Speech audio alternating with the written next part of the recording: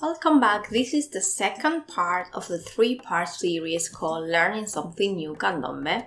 Like last time, I'm going to show you a rhythm and you're going to practice it once, maybe twice, and then you're going to do it for real.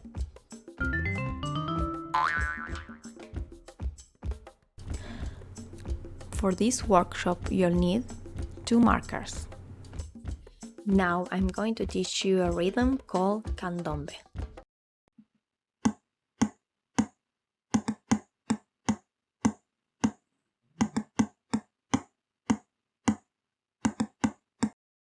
So now I'm going to ask you to play all the way till the end without losing your focus. Pause the video here if you need more time.